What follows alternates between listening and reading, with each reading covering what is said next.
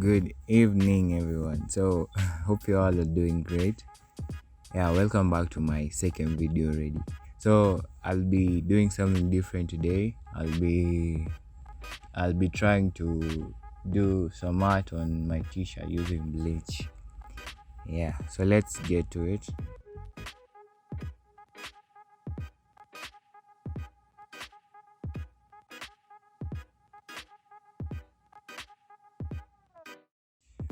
First of all, you'll need to wash the perfume off the bottle. That depends on which bottle you chose to use. So as for me, I used an old perfume bottle, and I need to wash it to get rid of the fumes and the leftover perfume.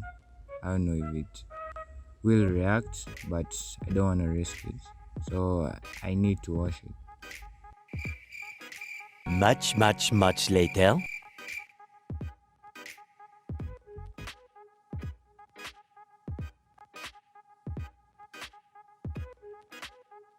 As you can see, I'm done, and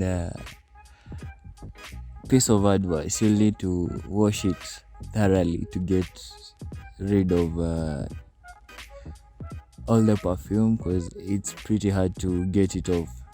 I mean, it still has some smell to it, but it's fine. So let's put in the bleach, and steady. I'm not good at this, but I'm trying. So bear with me. And in. So we're done.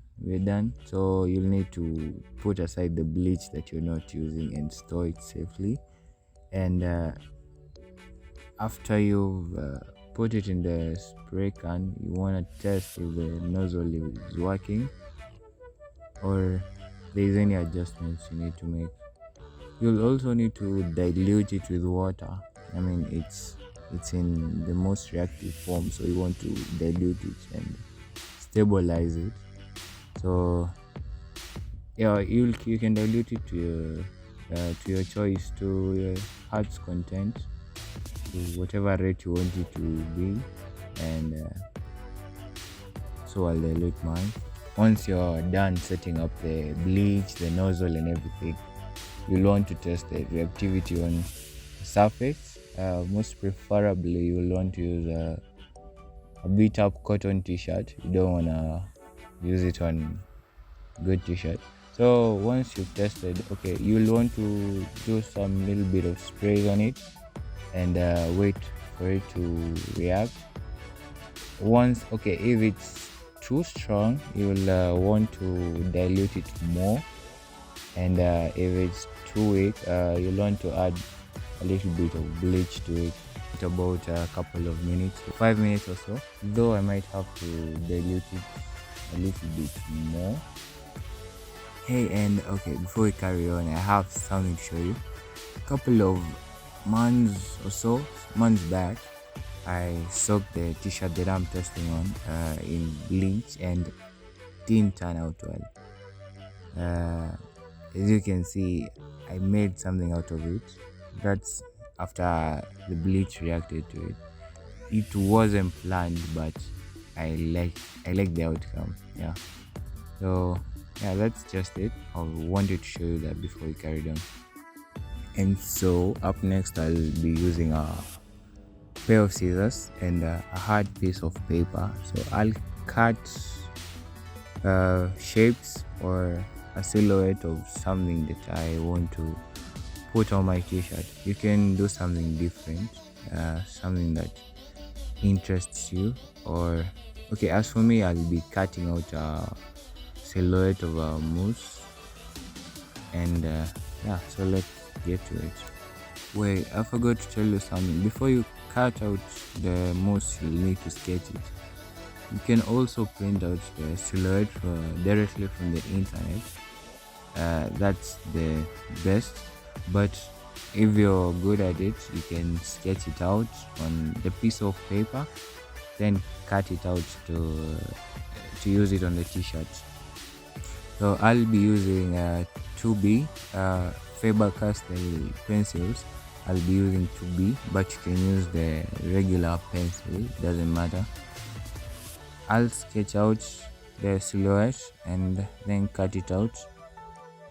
So okay, I would lie, it's hard to think of something and put it on paper in exact form that you thought of it. So it will take some time before I get done with the sketch, so please bear with me. You can also be creative and add other shapes to your design. You can choose to go wild with it, or maybe use whatever you want. Okay, you can do simple sketch, or you may choose to go wild with it. Yeah, it's time to cut the shape, and you will need precision here because you don't want to mess up the actual drawing that you drew. You want to be exact to cut it out.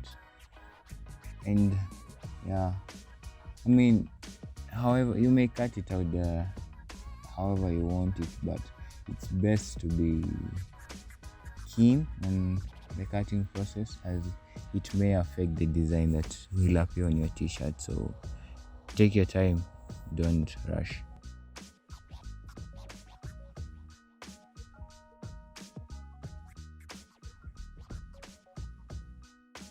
I'm done after some time. Okay, I'm done cutting the mousse, and I'll be using a regular cotton t-shirt that's black in color.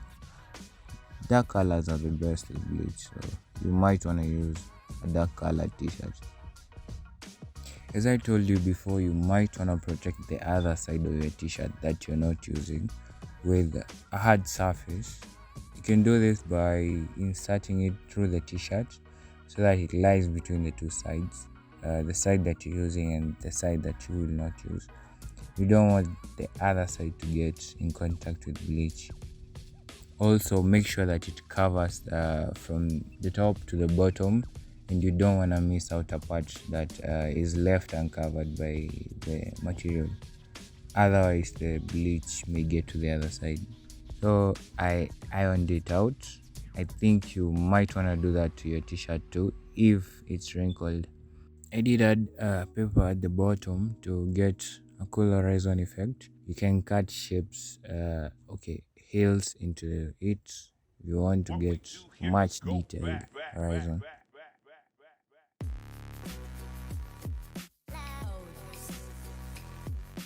Okay, I like the way it turned out, but as you can see, it's not as clear. So for me, I rushed to remove the cutout, but you can leave it there and spray it a little bit more, or a little bit closer to get that better detail. Also, I added a circular cutout to get moonlight effect.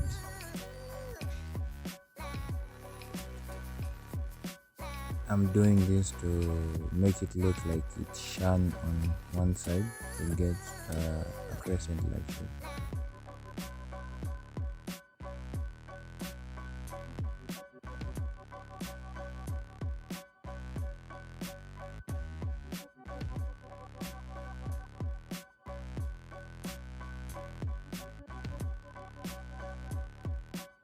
I included a tree cutout that I sketched, and I will put it at the bottom, the most cutout, and see if I'll get a cool effect. So let's get to it.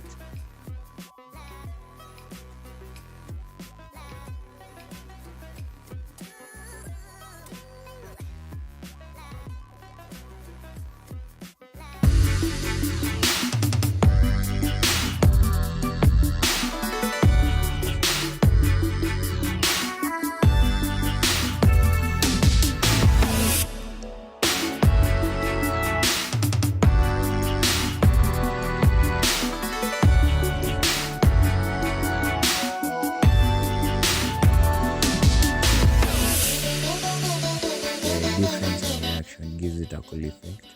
Other than it being blended to